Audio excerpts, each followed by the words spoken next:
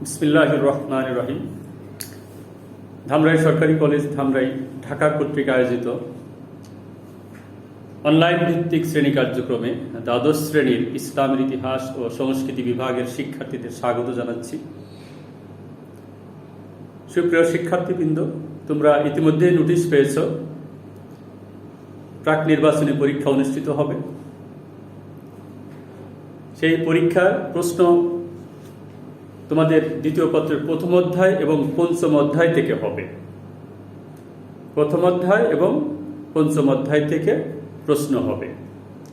তোমরা নিশ্চয়ই জানো, জাতীয় শিক্ষাক্রম ও পাঠ্যপুস্তক বোর্ড কর্তৃক নির্ধারিত দ্বিতীয় পত্রের জন্য 6টি অধ্যায়ের মোট 3টি অধ্যায় তোমাদেরকে সংকুচিত করে সিলেকশন করা হয়েছে। তার মধ্যে আছে প্রথম অধ্যায়, পঞ্চম অধ্যায় এবং ষষ্ঠ অধ্যায়। আমরা আজকে আলোচনা করব ষষ্ঠ অধ্যায় থেকে। সেই ষষ্ঠ অধ্যায়ের শিরোনাম হচ্ছে স্বাধীন ও সার্বভৌম বাংলাদেশের অভ্যুদয়। এর প্রথম যে আলোচ্য বিষয় সেটি হচ্ছে 1970 সালের সাধারণ নির্বাচন।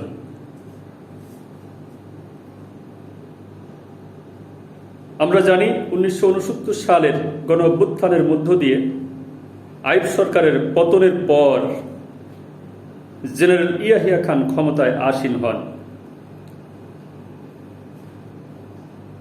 গণদাবির মুখে তিনি 1970 সালে পাকিস্তানে সাধারণ নির্বাচন দিতে বাধ্য হন, যা বাংলাদেশের স্বাধীনতা সংগ্রামের ইতিহাসে একটি মাইল ফলক।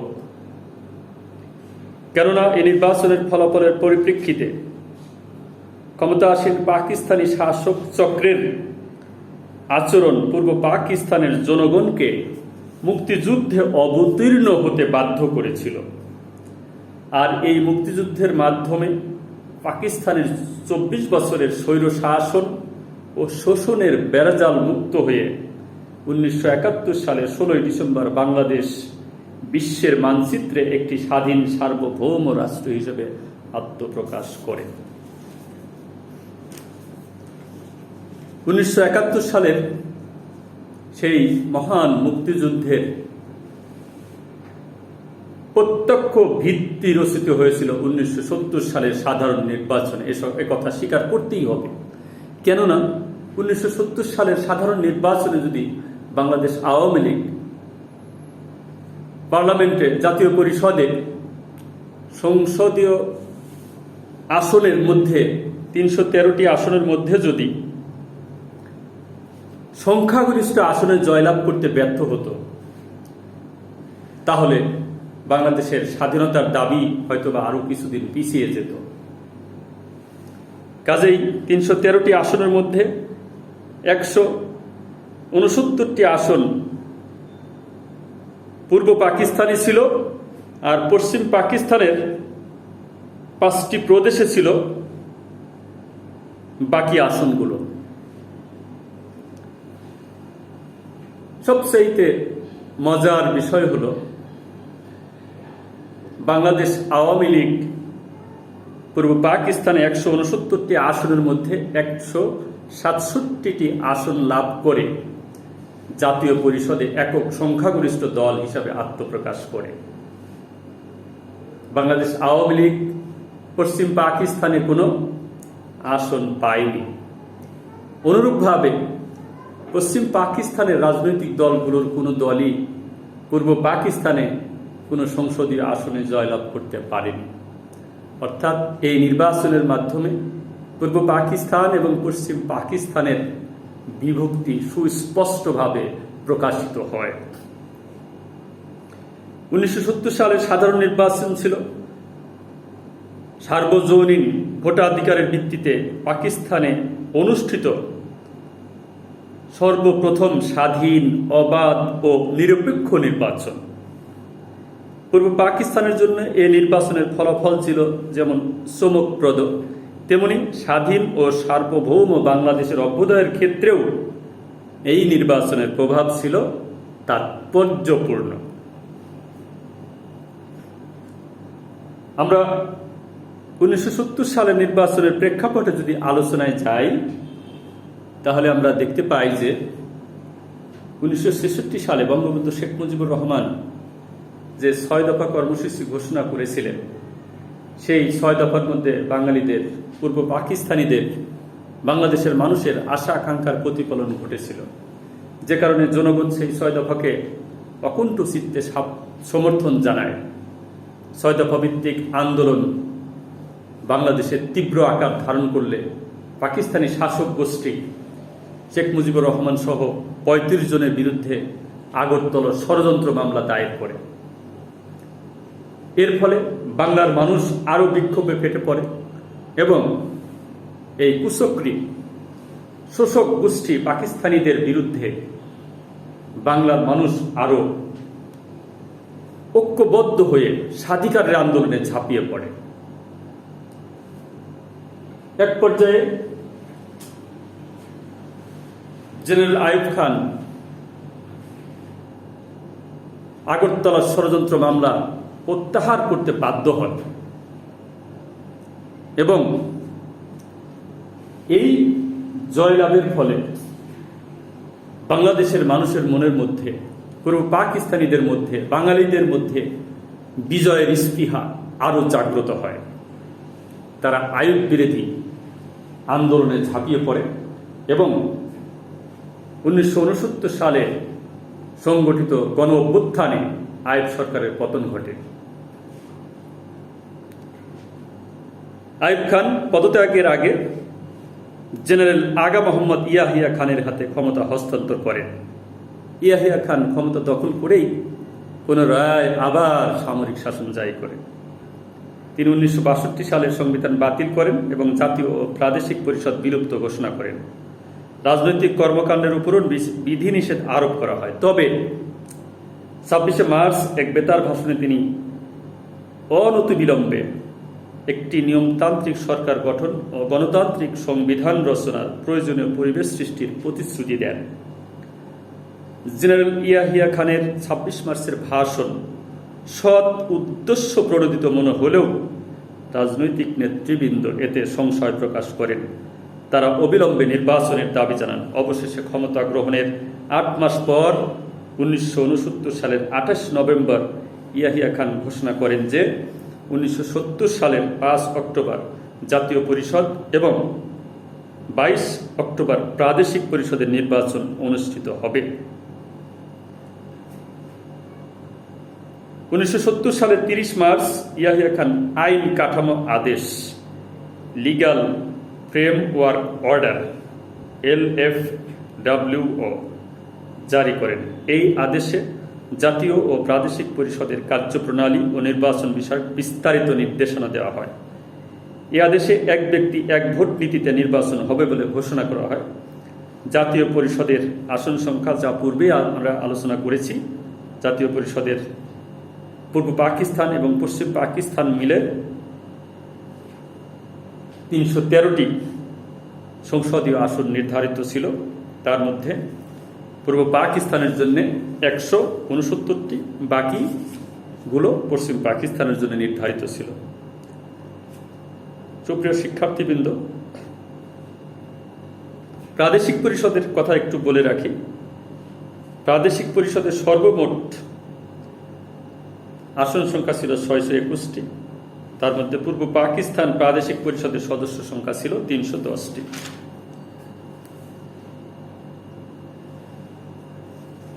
এই নির্বাচনে পাকিস্তানের দুই অংশের সর্বমোট 24টি রাজনৈতিক দল অংশগ্রহণ করে। জাতীয় পরিষদে নির্বাচনে অংশগ্রহণকারী দলগুলোর মধ্যে উল্লেখযোগ্য ছিল আওয়ামী লীগ, পাকিস্তান পিপলস পার্টি, জমিয়াতে উলামায়ে ইসলাম, ইসলামী গণতন্ত্রী দল, জামাতে ইসলামী পাকিস্তান, জাতীয় গণমুক্তি Dal, Krishak Sramik party, Pakistan national Awami party, Pakistan democrat party, Pakistan Muslim league convention, Pakistan Muslim league council, Pakistan Muslim league Qayyum, Pakistan national congress এবং পাকিস্তান জাতীয় লীগ প্রভৃতি। 1970 সালের অক্টোবর মাসে পাকিস্তানে জাতীয় ও প্রাদেশিক নির্বাচনের তারিখ নির্ধারিত হলেও ভয়াবহ বন্যাজনিত কারণে তা পরিবর্তন করে 7ই ডিসেম্বর জাতীয় পরিষদ এবং 17 ডিসেম্বর প্রাদেশিক পরিষদের নির্বাচন এর তারিখ পুনর্নির্ধারণ করা হয়। তবে নির্বাচনের প্রাক্কালে 12ই নভেম্বর পূর্ব পাকিস্তানের উপকূলবর্তী অঞ্চলে ইতিহাসে ভয়াবহতম ঘূর্ণিঝড় আঘাত হানে।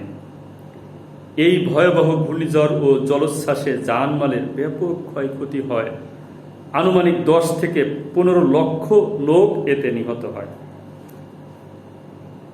যা হোক, 1970 সালের 7 ডিসেম্বর ও 17 ডিসেম্বর যথাক্রমে পাকিস্তানের জাতীয় ও প্রাদেশিক পরিষদের নির্বাচন অনুষ্ঠিত হয়। তবে ঘূর্ণিঝড় আক্রান্ত উপকূলবর্তী অঞ্চলের জাতীয় পরিষদের 9টি এবং প্রাদেশিক পরিষদের 21টি আসনে 1 মাস পর অর্থাৎ 1971 সালের 17 জানুয়ারি নির্বাচন অনুষ্ঠিত হয়। নির্বাচনে বাংলাদেশ আওয়ামী লীগ 167টি আসন লাভ করে নিরঙ্কুশ সংখ্যাগরিষ্ঠতা অর্জন করে। অর্থাৎ পূর্ব পাকিস্তান জাতীয় পরিষদের মোট আসন সংখ্যা ছিল 169টি, যার মধ্যে 162টি ছিল সাধারণ এবং 7টি ছিল সংরক্ষিত মহিলা আসন। 167টি আসন লাভ করে বাংলাদেশ আওয়ামী লীগ একক সংখ্যাগরিষ্ঠ দল হিসাবে জাতীয় পরিষদে সরকার গঠনের যোগ্যতা লাভ করে। এখানে একটু বলে রাখি যে পূর্ব পাকিস্তানের অন্য 2টি আসনের মধ্যে একটি আসন পায় পিডিপি প্রধান জনাব নুরুল আমিন এবং অপরটি পায় চাকমা রাজা ত্রিবিদ রায়। পূর্ব পাকিস্তান প্রাদেশিক পরিষদের নির্বাচনে 310টি আসনের মধ্যে বাংলাদেশ আওয়ামী লীগ 298টি লাভ করে। বাকি 12টি আসনের মধ্যে 2টি পিডিপি, একটি নিজামে ইসলাম, একটি জামায়াতে ইসলামী, একটি ন্যাপ ও 7টি আসনে স্বতন্ত্র প্রার্থী জয়লাভ করে। সবচাইতে চমকপ্রদ ঘটনা, যেটা পূর্বেই আলাপ করেছি, বলেছি যে নির্বাচনে আওয়ামী লীগ পশ্চিম পাকিস্তানে একটি আসনও পায়নি এবং পশ্চিম পাকিস্তানি ভিত্তিক পিপলস পার্টি পূর্ব পাকিস্তানে একটি আসনও জয়লাভ করতে পারেনি।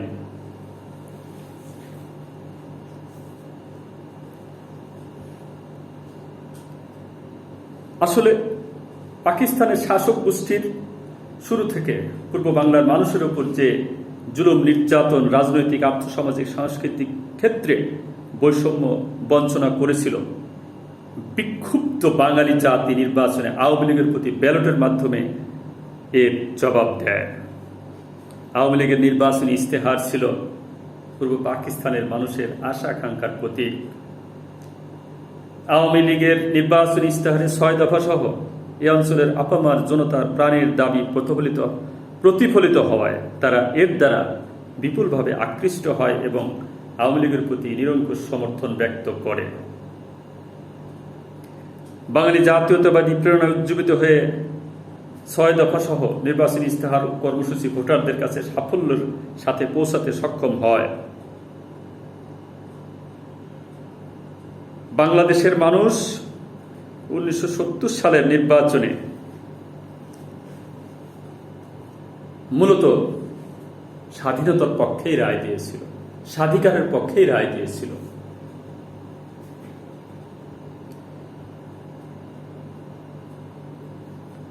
পাকিস্তান সৃষ্টির পর থেকে পূর্ব বাংলায় যে স্বাতন্ত্র্যবাদ ও জাতীয়তাবাদী চেতনা গড়ে উঠেছিল, যাহার বীজ 1952 সালের ভাষা আন্দোলনের মাধ্যমে রোপিত হয়েছিল, সেই স্বাধীনতার জাতীয়তাবাদী চেতনার চরম বিকাশ ঘটে 1970 সালের নির্বাচনে আওয়ামী লীগের বিজয়ের মাধ্যমে। এ সাফল্য পূর্ব পাকিস্তানে আনন্দের বন্যা বয়ে যায়। বাংলাদেশ আওয়ামী লীগ 1971 সালের 3 জানুয়ারি বিজয় দিবস পালন করে।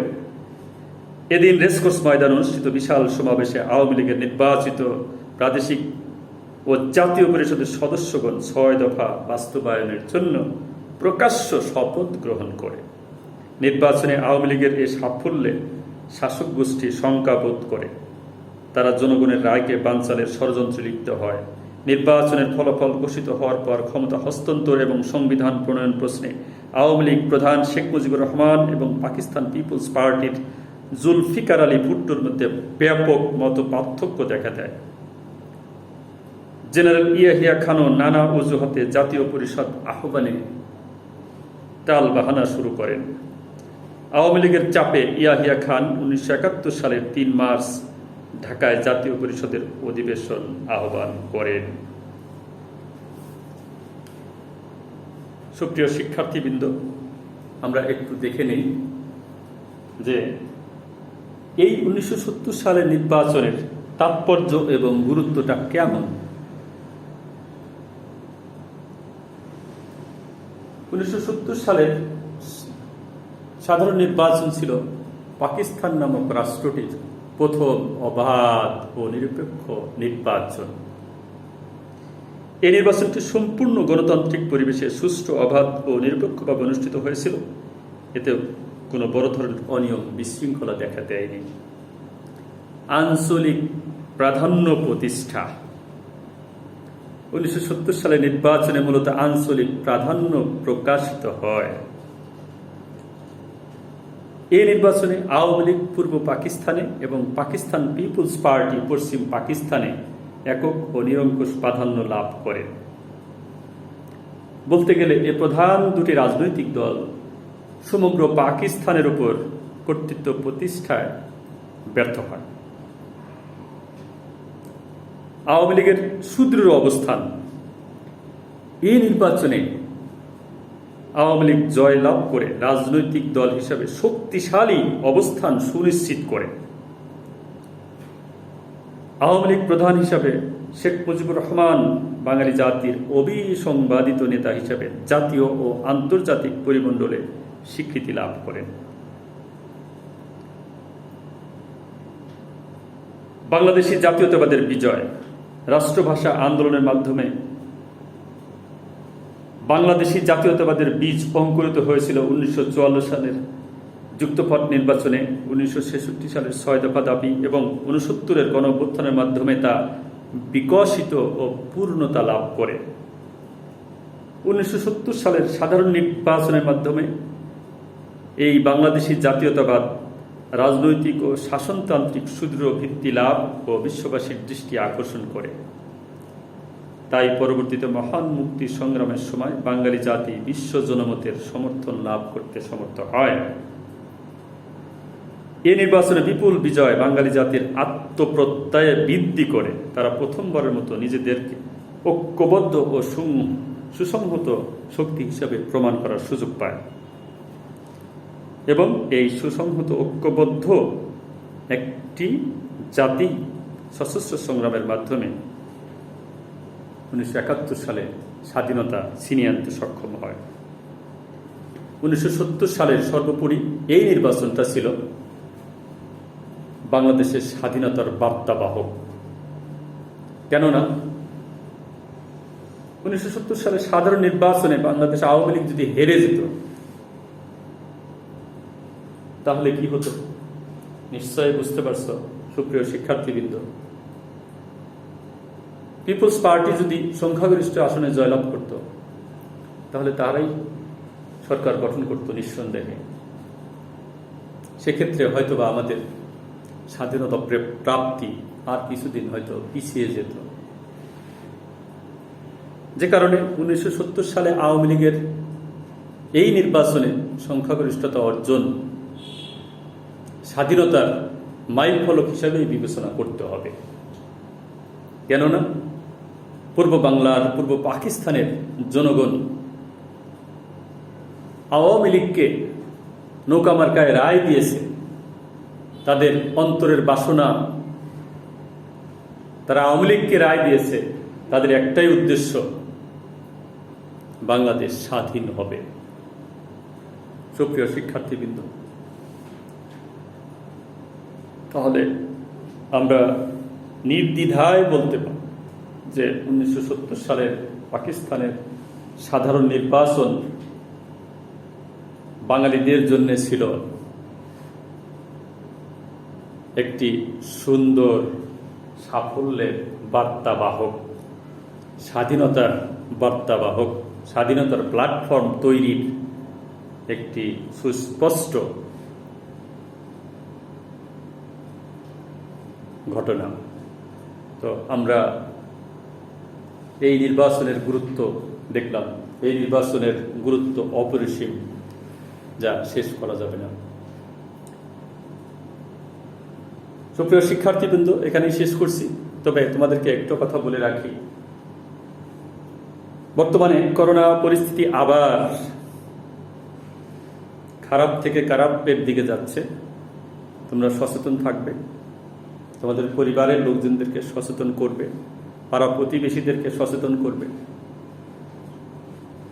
জরুরি প্রয়োজনে ঘরের বাইরে গেলে অবশ্যই মাস্ক পরিধান করবে এবং যেখানে মানুষের জটলা থাকবে, ভিড় থাকবে, সেই এলাকা এড়িয়ে চলবে। ধন্যবাদ সবাইকে।